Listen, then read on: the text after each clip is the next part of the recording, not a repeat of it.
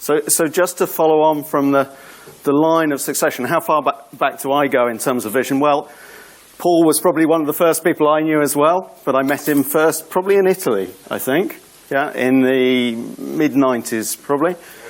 And certainly for me, there are a couple of things I remember. BMVC was already very established when I came along, I'm pleased to say. And one of the big groups within the field was certainly the group here with Ralph Martin leading the activity. And I remember them visiting us down at Surrey very early on. And they were the people who did 3D stuff. And at the time, we were just getting into 3D. I think John Illingworth down at Surrey was one of the leaders in that area at the time. But I was certainly very new to the field. That was the early 90s when I first came to Vision.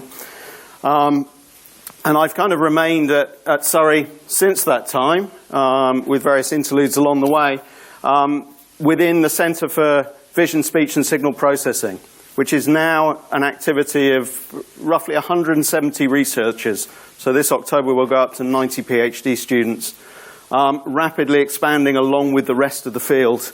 And it's certainly a very good time to be in computer vision. So what I want to talk about today is some of the work that I've been involved with, along with a large group of researchers at Surrey, in what I'd describe as 4D vision. And I'll say a bit more about what that is, and essentially the visual understanding of real-world scenes, which is what we're interested in terms of 3 dimensions, or if they're moving over time, in terms of 4 dimensions. So we've had for some time, along with other groups worldwide, an activity in terms of interpreting multi-view video, and in particular reconstruction from multi-view video. So I've just got a simple example here to illustrate what I mean by 4D. So this is just a 2D video, actually in this case taken in a studio environment.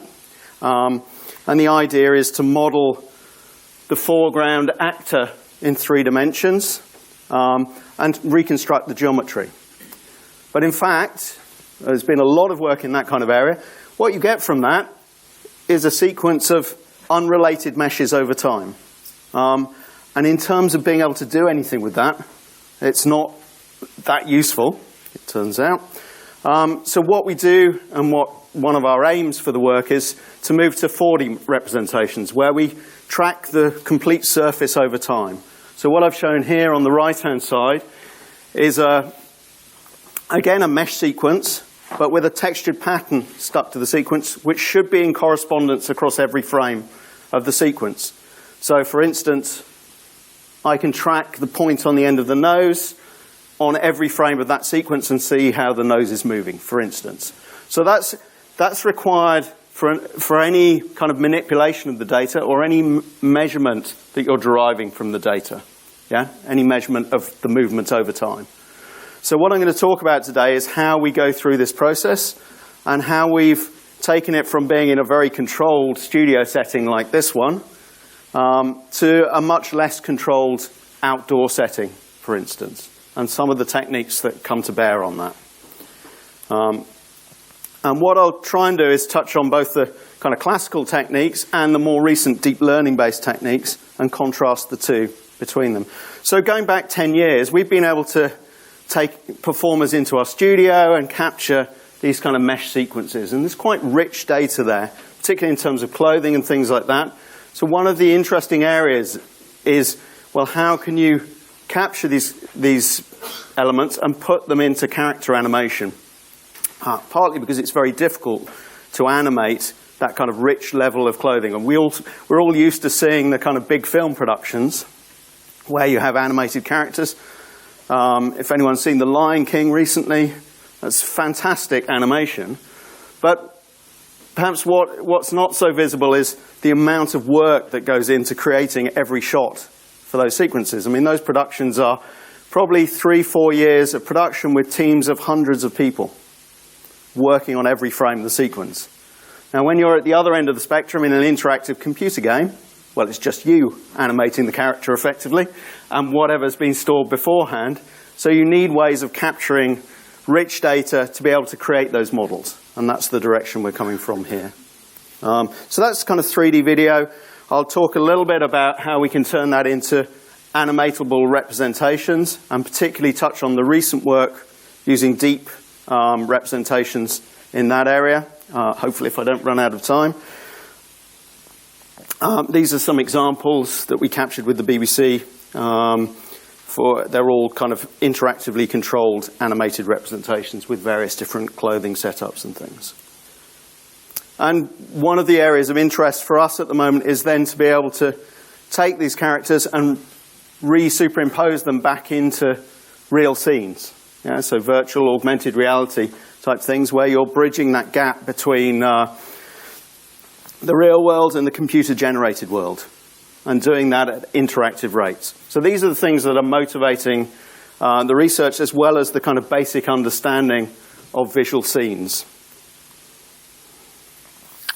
So one of the reasons for exploring this area of 4D vision or 4D visual scene understanding is that the real world is intrinsically 4 dimensions, at least 4 dimensions. So you've got spatial dimensions, and there's a lot of work in computer vision on 3D techniques, because that relates directly to the world around us.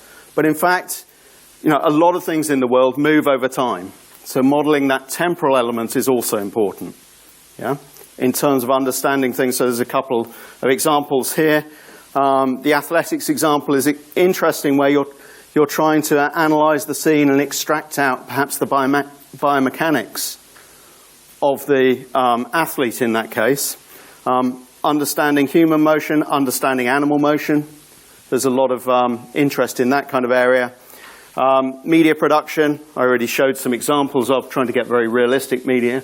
And in the end, if you want to be able to have robots in your home environment or in your work, they have to be able to understand the environment around them and the people in that environment, which I would argue is a 4-dimensional problem. Understanding both the spatial layout of a scene and the dynamics of the scene.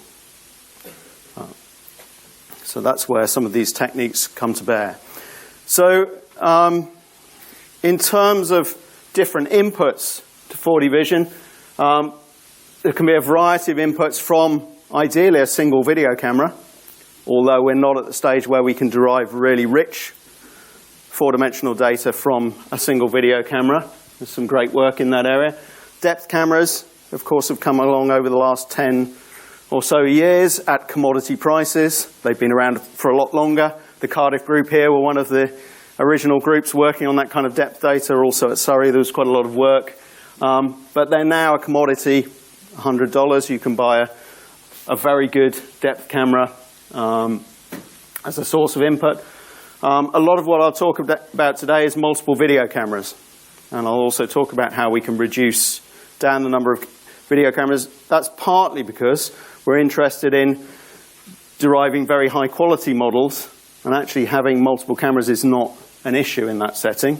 But of course, for practical reasons, if you want this in your home, then single camera systems are useful. And then we'd go through some sort of chain of reconstruction, fusing information from different views, registration of data, and ultimately some representation, a 4-dimensional representation we're driving from the data to allow us to understand the scene. That's the basic chain of processing, and I'll illustrate this in various ways today.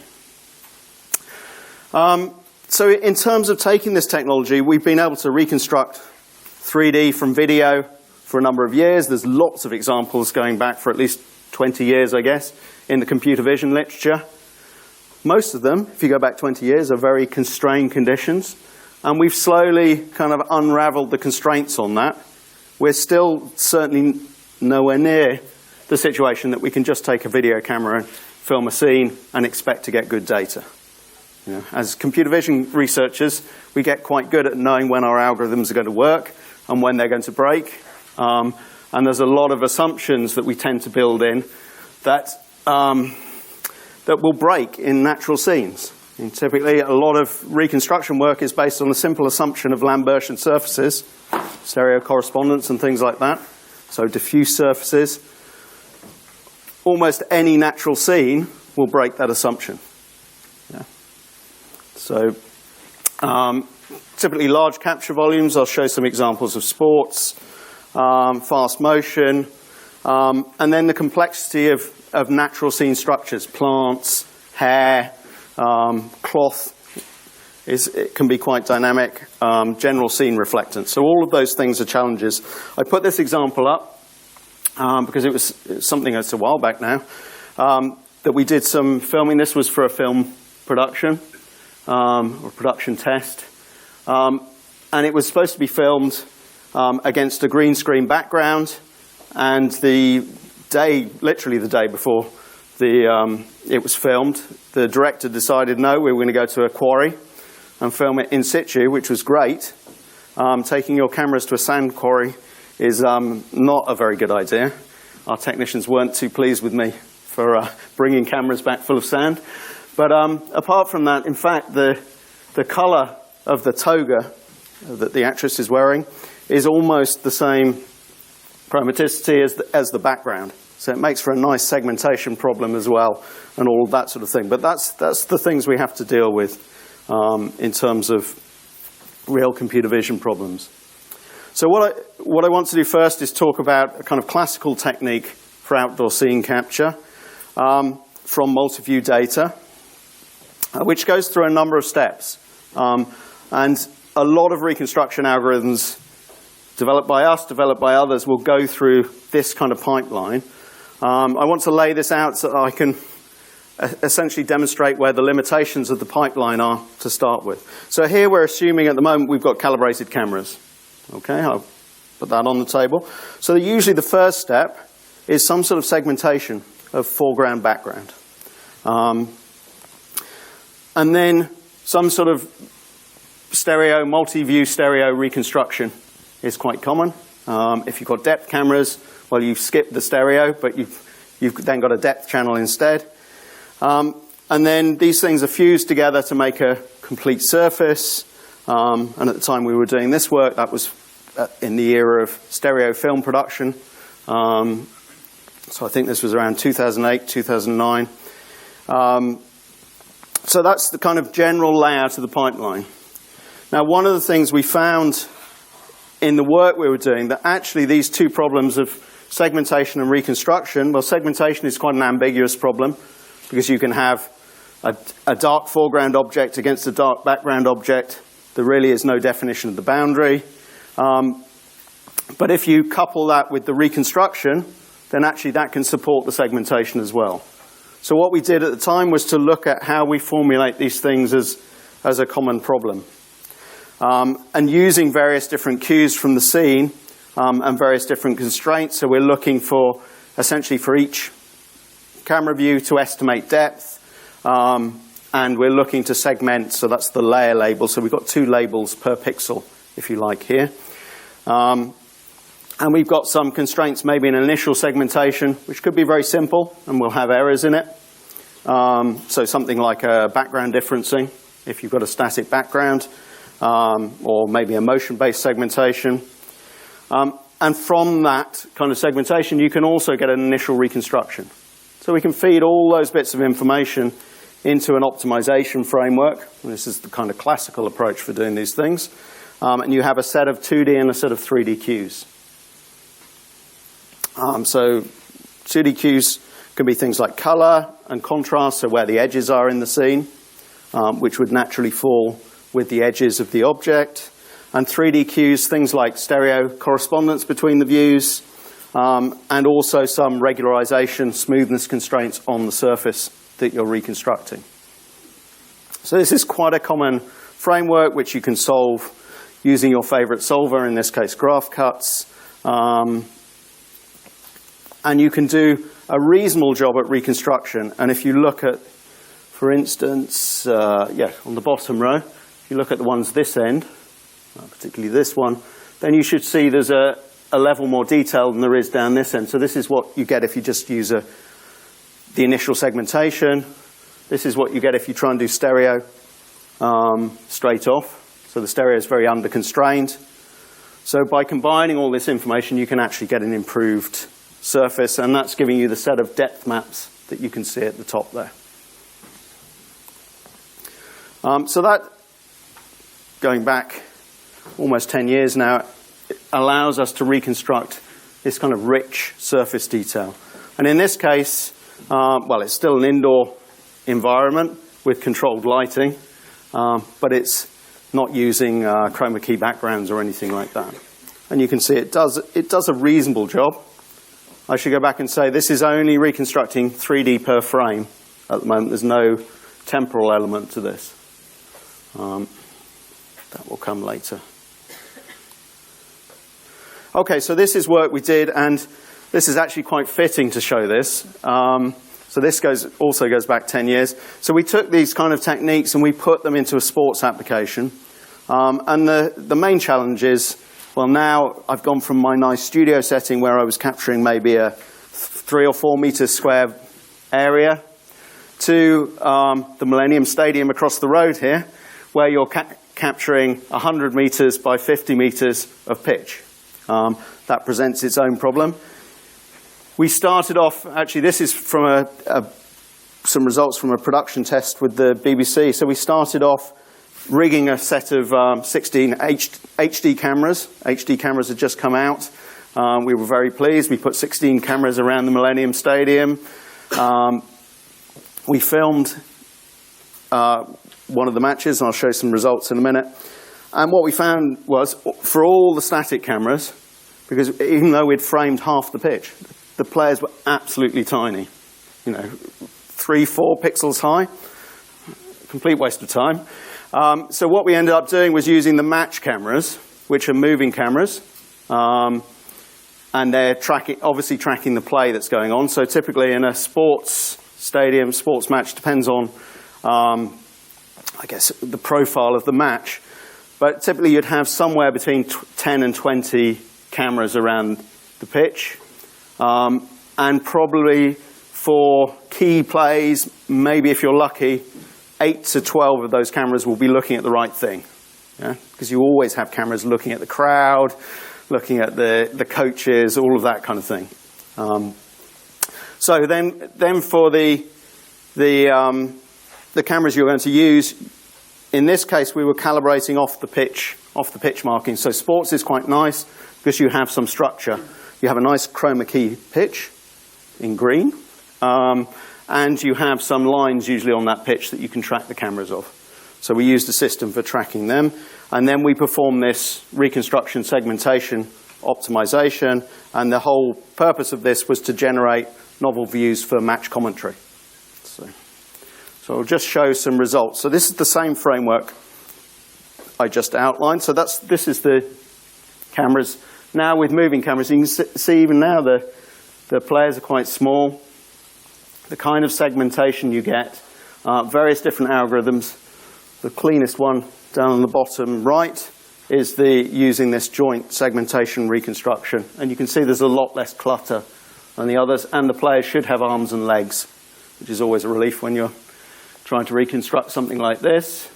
The bottom row are variants of the kind of technique we're using here, and the top row are kind of visual hull is just a straight segmentation or stereo. We'll let it play through. So this was England versus Wales, I think 2008, 2009, in the Millennium Stadium. It was a fantastic match to watch. No, maybe it was slightly before that, actually. Anyway, so we'll get to the clip that they wanted to produce for the match commentary. So there's this cross-field kick that they wanted to commentate on, and so we produced some shots for that. The unfortunate outcome was that, as usual, England let us down, and the rest is history, as they say. But it was a great experience to go along there, and kind of interesting to take on that challenge and all the practical constraints. So we've developed, so this goes back 10 years, a number of systems for outdoor scene capture. That kind of technology you will see in TV production and things like that, for use in clips. And it gives you the ability to reconstruct 3D of quite dynamic scenes and to do things like producing virtual views for the match commentary in that case, or to produce this kind of rich studio data, and we've done it in various different settings. And there's now, Microsoft spent a lot of effort producing a Fusion 4D studio, which is now a commercial entity. Intel have a big studio set up, which is also a commercial entity. And these things are being used for volumetric performance capture of various different forms and various different scales. So there's a commercial line there, basically driven by trying to generate content for VR, rich content for VR, or AR applications, HoloLens and things like that in Microsoft's case. But there are a whole range of limitations that you run into with these techniques. So what we're assuming is we've got a fairly controlled camera setup. We're able to calibrate the cameras. We're doing that in the sports case, we're doing it off pitch lines. In the studio case, we're leaving our cameras static. You can have large camera sets. We're assuming in most of this that the background is controlled in some way, or at least static. And there's various different tricks that we've played. If you've got a static scene, basically it becomes a static camera. It's quite easy because you just use a background plate and difference against that. Lambertian surfaces I talked a bit about. And what's coming out at the end of it is a mesh per frame. So there's no temporal coherence in this. And that limits what you can do with the data. It also means you've got a large volume of data. So these are all kind of limitations of this type of technique. So what I want to talk a bit about is the work we've done more recently on 4D capture, trying to get around both this set of constraints and to try and come out with representations that are temporally coherent, so 4D representations.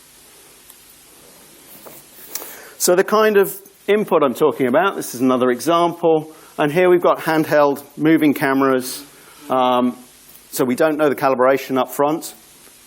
We don't know anything about the scene segmentation or the backgrounds. In fact, in this particular scene, you can see there's things moving around in the background. So a static, kind of simple static background plate isn't going to work. But we want to be able to reconstruct the foreground. And this work goes back a few years. But we can see how we've built on this. So the basic framework is we've still got multi-view input, but we want some way of both calibrating the cameras, extracting the foreground from the background, and then performing reconstruction on that. So full reconstruction. Okay. So this is kind of illustrating the pipeline that we have for this. And it's essentially, you can think of it in two stages, which are outlined here. So we have a scene level analysis initially. So the reason we require that is to do things like calibrating the cameras. Yeah?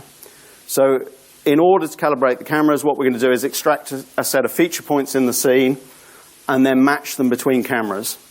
And those feature points might be on the dynamic foreground objects, the people in the scene, or they may be on the background. And then we're going to split things up into an object level reconstruction, so individual objects in the scene, and then focus our attention on reconstructing the individual objects, which is the second box there. And also then tracking objects over time. So one of the reasons we want to split things up is if you've got a scene where you've got moving objects, but also some static background, which is a typical scene, then you want to really reconstruct the background once, and then you have a reconstruction, and then reconstruct the foreground objects at each frame because they're moving. Yeah, so you want to make that separation between the two. Okay, so this is just showing results from the same sequence. But the key difference here is I don't have any prior knowledge of segmentation or reconstruction. What you should see is the results are pretty much the same. Yeah? So I've thrown away or dealt with some of the assumptions I made in my initial approach, and typically all studio approaches certainly would use, which is that you can segment your scene. Yeah? So one key thing we're doing here, at least initially, we're not segmenting the scene. We're also not assuming that we know the camera calibration. So we're picking all of those things out from the scene.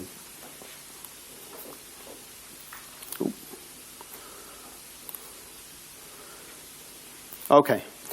So there's a few things we need to do in order to do that. One of the key ones is to actually correspond things over time. Yeah?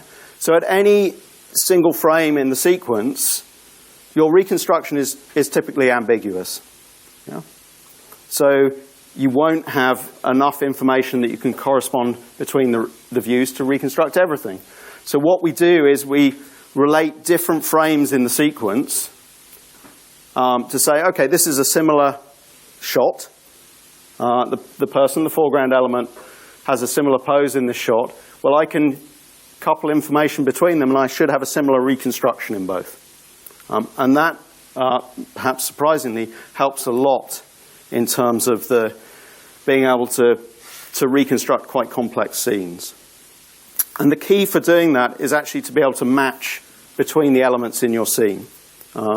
So here, if you can make it out on the screen there, yes, you can just about see a set of points on the surface. So there's a new feature descriptor that was introduced to do this work, because typically on elements like people, you won't get many features with a SIFT type descriptor, or even with a deep learnt descriptor, because they're designed for, or learnt on, typically on background scene elements. So here what we have is a descriptor that allows us to match both across wide views at the same instant, and across different time frames. And the way that's working, in a nutshell, I'm not going to talk too much about it, but it's segmenting the scene and then using the segmentation of the scene to derive the features. And that turns out to be quite robust.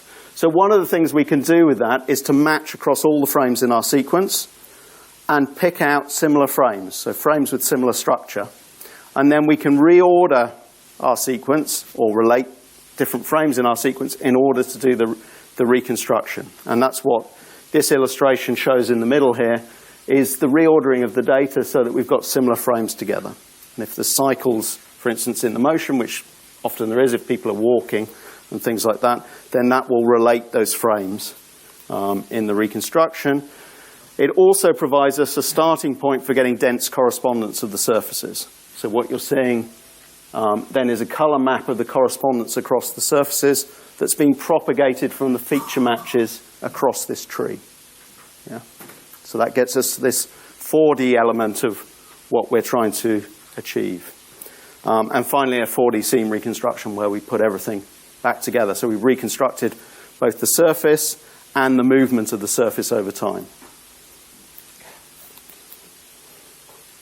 Okay. So just a bit more on this, how this is performed. So I said we've got features here. They're based on this segmentation feature descriptor, actually a multi-scale version of that. And then what we can do from that is derive a similarity matrix, which tells us how similar is each frame, if I go across, each frame in the video sequence to every other frame in the video sequence. So where I'm seeing, here I think it's the red parts are the most similar. So I can pull out frames across the video sequence which are going to be similar. I can say, okay, the reconstructions of those frames should be similar, and I can also derive the matching for those frames and propagate. And that, so putting that through this reconstruction loop allows me to get out this 4D temporal coherence from the data.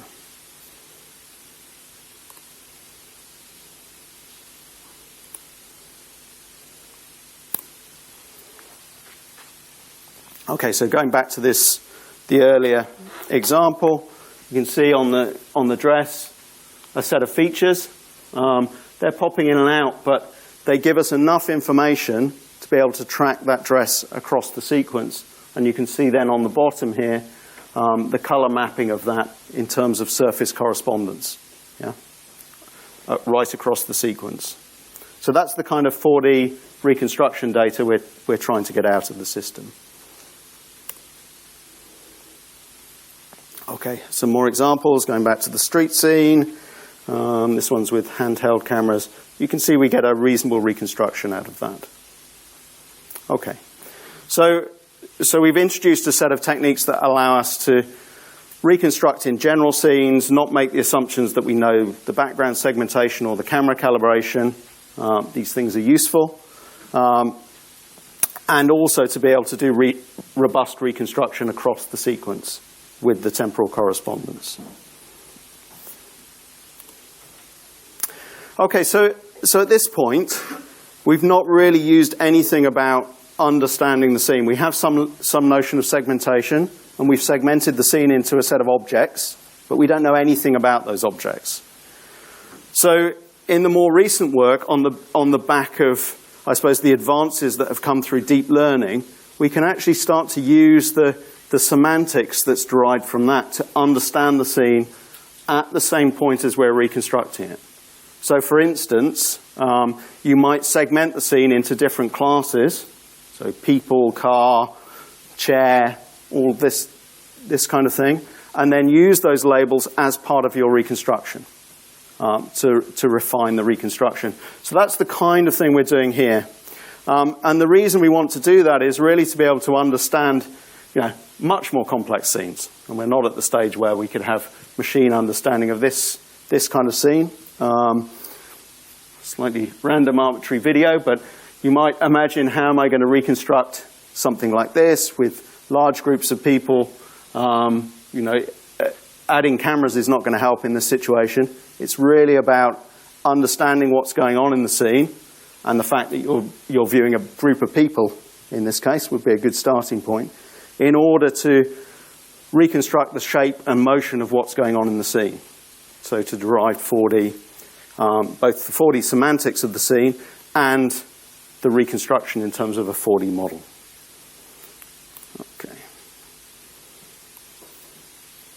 Okay, so this relates to a bunch of more recent papers, going back to 2017 and a CVPR paper there. But essentially the key idea is to add in semantics into the way I perform the reconstruction.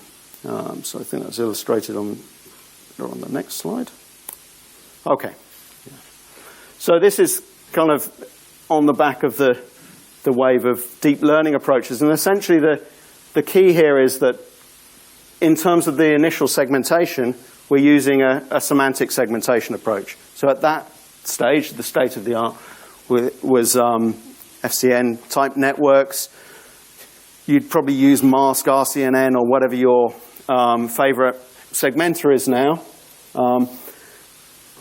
But with all those techniques, there's still a level of ambiguity. So you're still going to have some errors in that segmentation. So the idea here is that, well, we can get an initial segmentation for each view, and then we can combine that information across all the views for a co-segmentation of the scene based on these semantic labels. So it should be consistent across the views and consistent with our reconstruction. And essentially the framework we put together does that. So you get an initial reconstruction, you then relate information over time using this kind of 4D match tree. It's the same thing here in terms of tracklets to relate frames.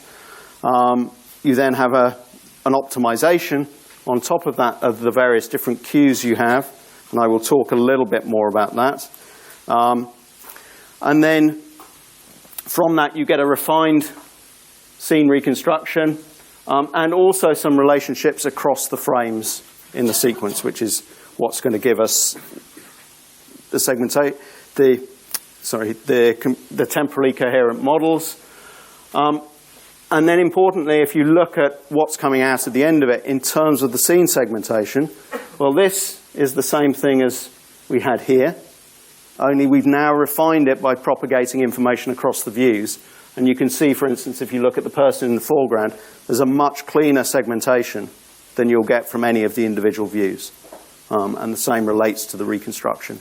So that's the kind of approach we're taking here.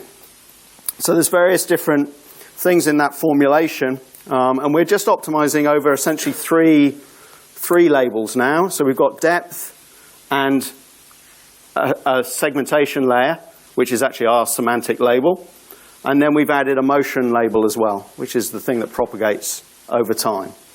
And you can see that by putting in, on the bottom row, by putting in the semantic label, we get this kind of segmentation, which is much cleaner than the other two. Yeah, I mean, that's essentially the story here in terms of what's going on.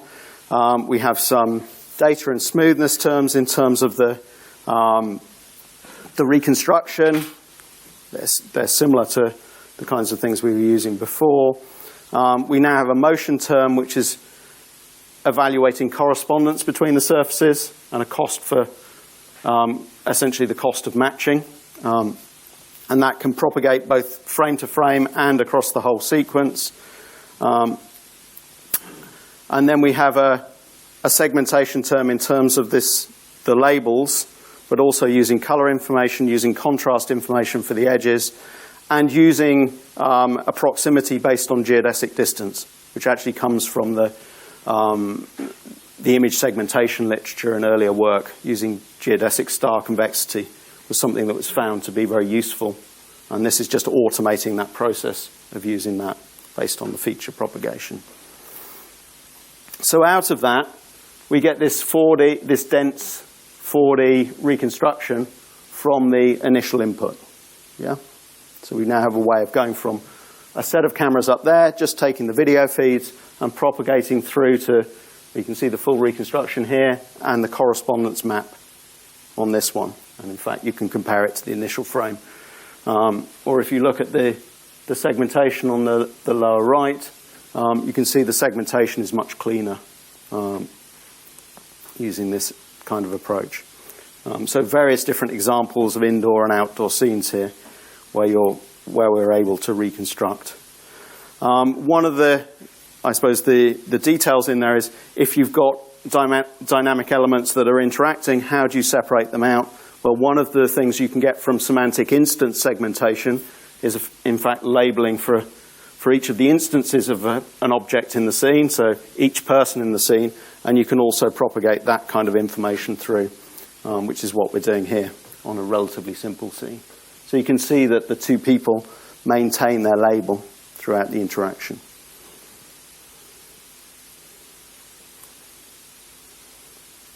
Okay, so essentially over the last few years we've developed this set of algorithms that allow us to combine semantic information with the scene reconstruction, and that improves what we can do and the complexities of the scene we can address, and the quality of the reconstruction we get out of the end. So we're now able to get 4D scene reconstructions out of these things.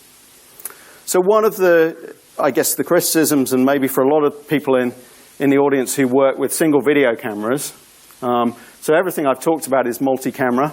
It could be depth cameras or video cameras. But one of the questions here is, how can we move towards having far fewer cameras? So I want to talk a little bit about a piece of work that was led by John Colomos in the audience on reconstruction from minimal view sets. So essentially, again, here we're using a learning framework. And this is just to show the results. So on the left-hand side is a reconstruction you'd get by intersecting the segmentation of two views. So it's a bit of a mess, really.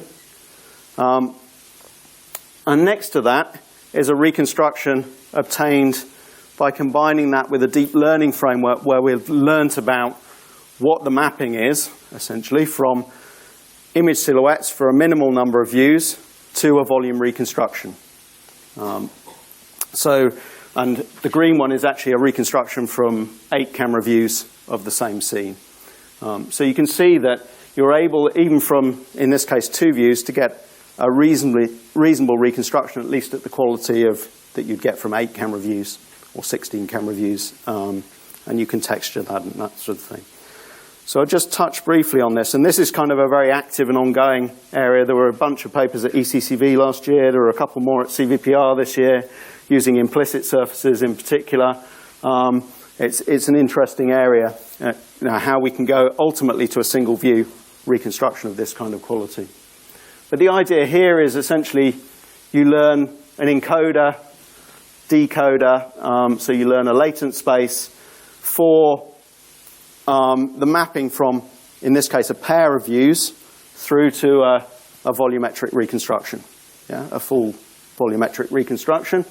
So what you're really putting in is something that's quite a coarse representation of the scene, and you're saying, well, how do I map that out to something that's a much more detailed representation?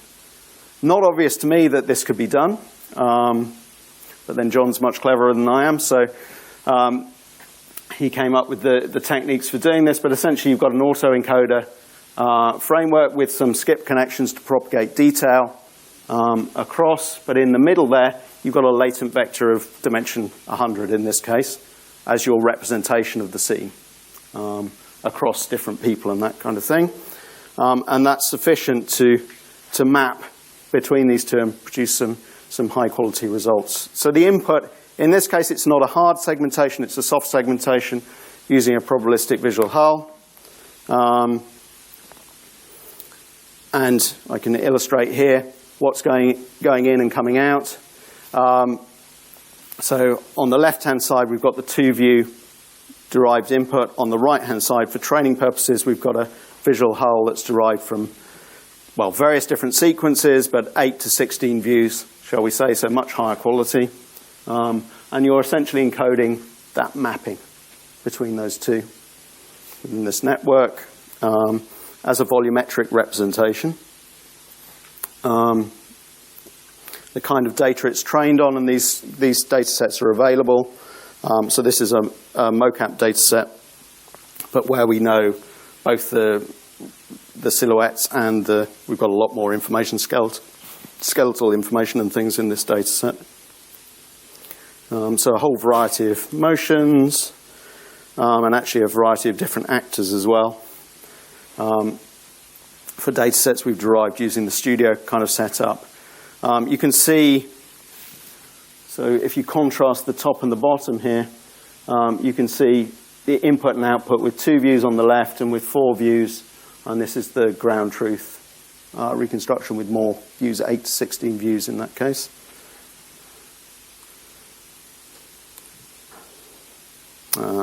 Also using the human 3.6 million data set as a training setup. Different types of data here in terms of what you've got for input, but again, essentially multi-view and mapping from a low number of views to a high number of views.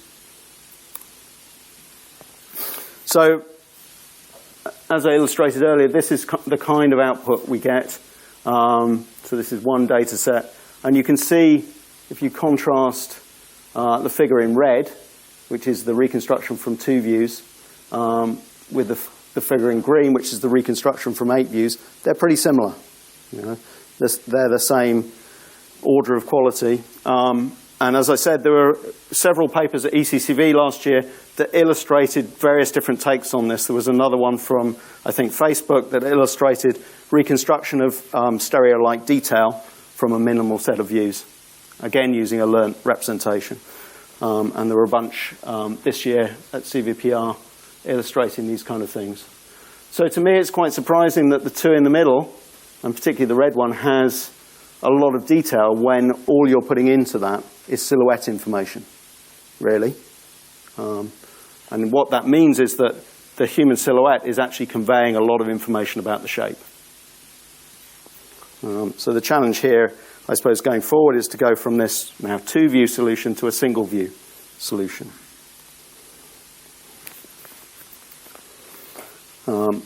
The other kind of side advantage from this is it's very fast, because once you've encoded, then you're just decoding from your latent space, so it's very quick to do.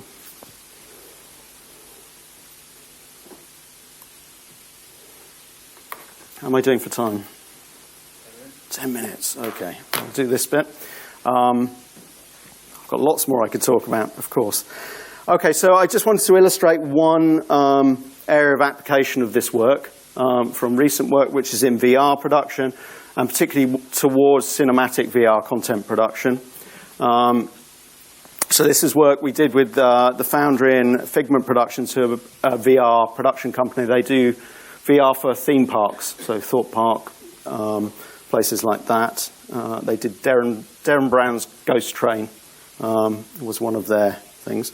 So they came to us with a problem of, well, how do we put actors into these VR experiences? And they'd tried their company is based on CG production, so they tried the conventional CG routes. That didn't work. It wasn't convincing enough, so they wanted to go down a video route. And we did some tests, some early tests with a full volumetric capture, but that proved to be too heavy to get into the production pipeline for a VR headset. So we ended up working on a project which used light field data. So light fields are essentially arrays of densely packed cameras. This is showing the Stanford light field data, which has a huge array of cameras. The nice thing about a light field is you just capture all the appearance from a region. And the idea here, these are seated VR experiences, so what we wanted to be able to do was allow someone to move around in the VR experience while seated and keep that sense of realism. So that's something we knew we could potentially get from the raw input data. The challenge is how you get 300 video feeds onto a headset. And you do it for 100 headsets in parallel. That's quite challenging. So what we did was we used a much smaller array, a 5x5 camera array, but we used some of the same principles of light field rendering and reconstruction, and essentially put together a pipeline that is very similar to the pipeline I've just shown you, except now we're working on an array of densely packed cameras. But we go through a reconstruction, and then we track the surface over the time, which allows us to have an efficient representation to get it onto a headset. So to get all this content onto a headset. So we've got underneath some geometry, which is temporally coherent. And then on top of that, we've got all the appearance information, which we represent from the capture. So this is kind of the pipeline. It goes through from the camera array, a reconstruction. So that's multi-camera stereo, but with epipolar constraints. And then we do some for the tracking over time. Again, we don't do that sequentially. We do it by relating frames across the whole sequence because that's much more robust, using these feature matches, and that gives us this temporal coherence across the sequence. So again, it turns into an optimization with various different matching terms. So the key here, actually, in terms of dealing with this kind of data, was to use these epipolar plane images, which have been used in dense camera arrays. So the Stanford array, which was 17 by 17, you get these kind of lines if you stack up rows in the image. In this case, we only have 5 images across any row. So it's kind of a sparse version of this, but we can still relate that, and it's like a multi-camera constraint for your stereo matching, essentially, but it makes the whole thing more robust. And then we do temporal matching using our features, and you get tracks of features across parts of the frames, which is very useful in terms of tying everything together, and then some smoothness constraint on the motion as well. And that allows us to get this temporal coherence across the sequence. So again, a color map showing the frames across the sequence. And in this case, this was for a VR piece with 2 child actors. There's a whole scene. It's a 15-minute VR movie, if you like, that was put together out of this, with various different scenes that use this 4D capture. And essentially what we're doing here is giving a representation that allows it to go through into the headset. So a couple of different scenes and are processed. I can play the movie. This will hopefully show some of the production of that. So this is the light field rig in our lab that was used to capture the foreground elements, so the child actors in this case, and the magician, actually the magician that you saw on the earlier examples.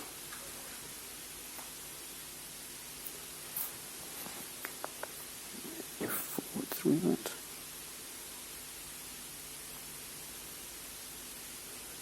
Various different shots. So this is kind of testing the principle of where also these things can be useful in a VR setting. Okay. So then that feeds through to the production tools.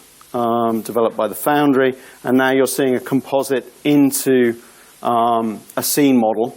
And the scene model was created by 360 Video and LiDAR, created by the Foundry in that case, and put into their production tools. So they, for those who aren't familiar with the Foundry, they essentially do film production tools, and this is their extension into VR, and a tool set for both 360 video or 360 image processing and LiDAR scan type processing. So this is a LiDAR scan of the scene. It's filmed at Kew Gardens. And some of the elements, it should go through. Let's speed it up a bit. Color balancing, foreground and background elements. So what you can see there is a shot with the actors composited into the 3D scene, and then you can see that on the headset. Very difficult to show to an audience like this on a full headset. But essentially it's part of the production pipeline in this case for VR content. So this became part of a cinematic VR experience which has been entered. It was demonstrated at SIGGRAPH last year and been entered for various different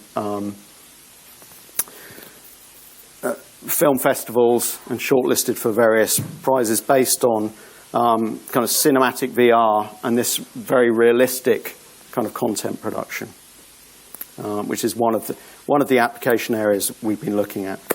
So what I won't do is talk about 4D animation. So maybe what I will switch to, it's a shame, I wanted to talk about that, but that's my timing.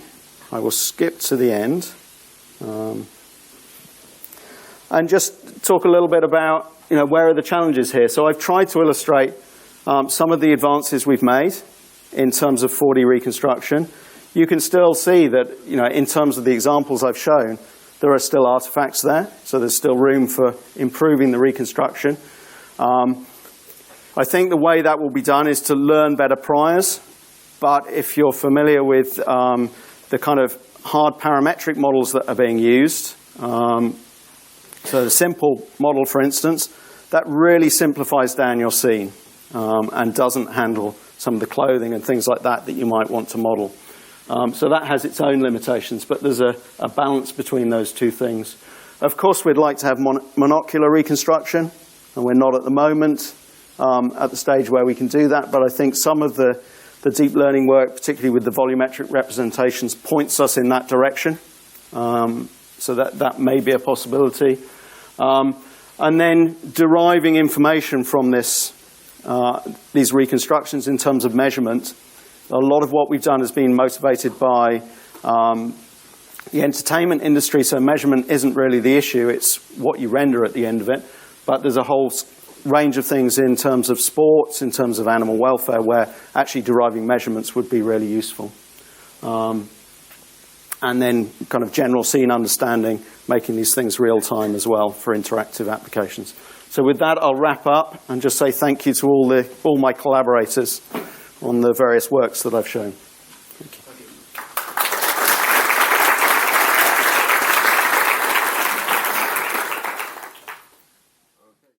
Right, there's a question there. Sorry. Thanks, Prof. Can you talk a little more about how do you handle time synchronization? So first of all, in your lab, do you have a single shutter control or not? Mm-hmm. And for applications like in the stadium, I guess the cameras are completely unsynchronized. So how does that affect everything? So in general, we're assuming that the cameras are synchronized. So in the lab, we have full Genlock synchronization of the cameras. And in fact, in any broadcast application, they'll use a Genlock synchronization in general. So the stadium sports that we were doing 10 years ago is all Genlocked. So you have that. Once you move to unsynchronized cameras, where shutters are opening at different times, you have to be careful with multi-camera techniques. We've done quite a lot in that area. So all the handheld camera work, you don't have Genlock. So the ways that have been used for synchronizing that are typically off the audio channel, because you have a much higher sampling rate. So you can synchronize off audio if you have it. If you don't, then there's various things you can do, including we did a lot of work on using scene features to synchronize. And you can get at least to the frame level, but you're never going to get sub-frame accuracy synchronization. So you have to be careful then about doing correspondence between views. So it's more like you reconstruct at each view and you allow for the temporal offsets between the views. So having a high frame rate helps then, right? Yeah, I mean, everything you've seen here is at standard frame rate. It's like 30 hertz, 25 or 30 hertz, everything's at that rate.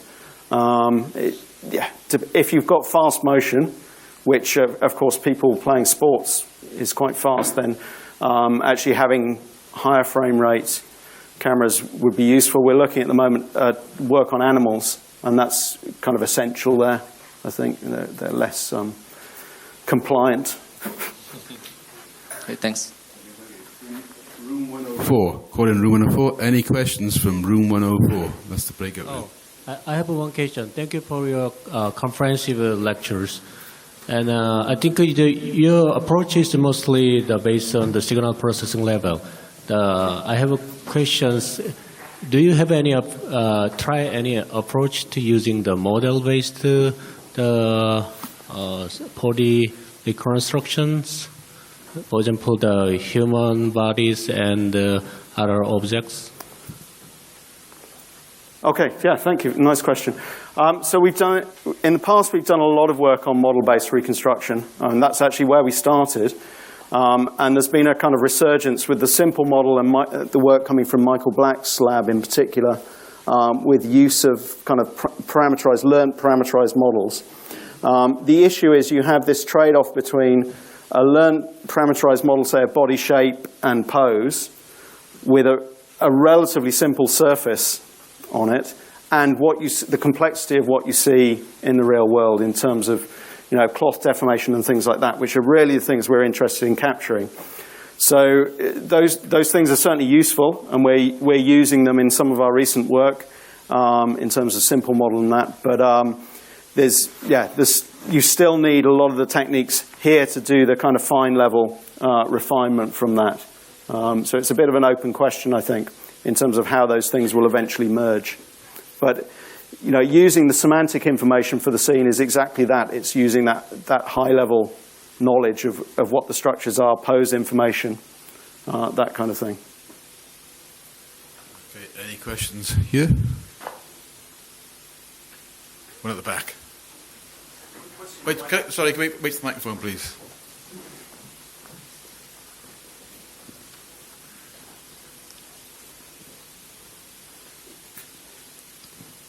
Thanks for the great talk.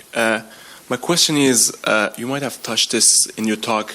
So when we have multiple cameras looking at a scene, and they are calibrated, like extrinsically calibrated, and for each one we have a segmentation model that does segmentation of the scene, what is the best way to combine kind of information so that we kind of like improve segmentation of each one of the cameras?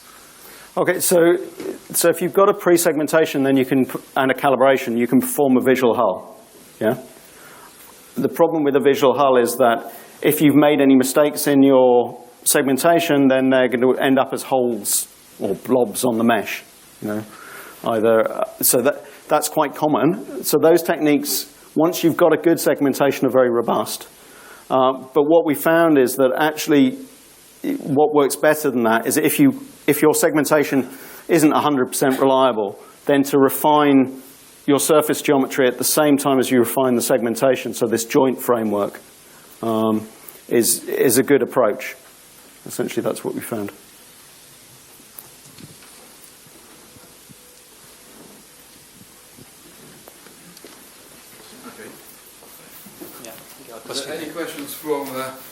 Any questions from the next 104 again? Hello? No, I don't think there are any more questions from me. We've got one up here. Okay. One more. Okay, please. Thanks for the talk. So one question I had is you compared what you had reconstructed with an 8-view camera. And so visually they probably look the same, but what is the error that is generally used to compute the differences, or when would you say you're good enough? I think that's one question. And the second thing is, what level of detail are you able to capture from I mean, you're able to regenerate, so that is it the camera quality that's a limiting factor as of today, or is it the algorithms? I think that's... Okay, yeah, both good questions. So I think if you go back to the original paper, there will be some figures for accuracy. I think probably from the 8-view reconstruction, you're probably within a centimetre, half a centimetre maybe of the surface. The errors from the volumetric, the learnt volumetric representation are similar to that. Yeah, so that's probably all we can say. We don't have any ground truth, unfortunately. And then the second question was... In terms of reconstructing an actual object, is it the camera? Yes. So actually, this camera resolution is a factor, but it's certainly not the only factor. Probably the biggest factor is what's the surface appearance and how much texture do you have in the surface appearance. So if you've just got a uniform surface, then it's ambiguous for the reconstruction. And a passive technique like video will only, like reconstructing any model, it will only give you a certain level of accuracy. So that's where active techniques with a projection of a pattern might come in, particularly if you're in a relatively small volume. But yeah, it can be a limitation.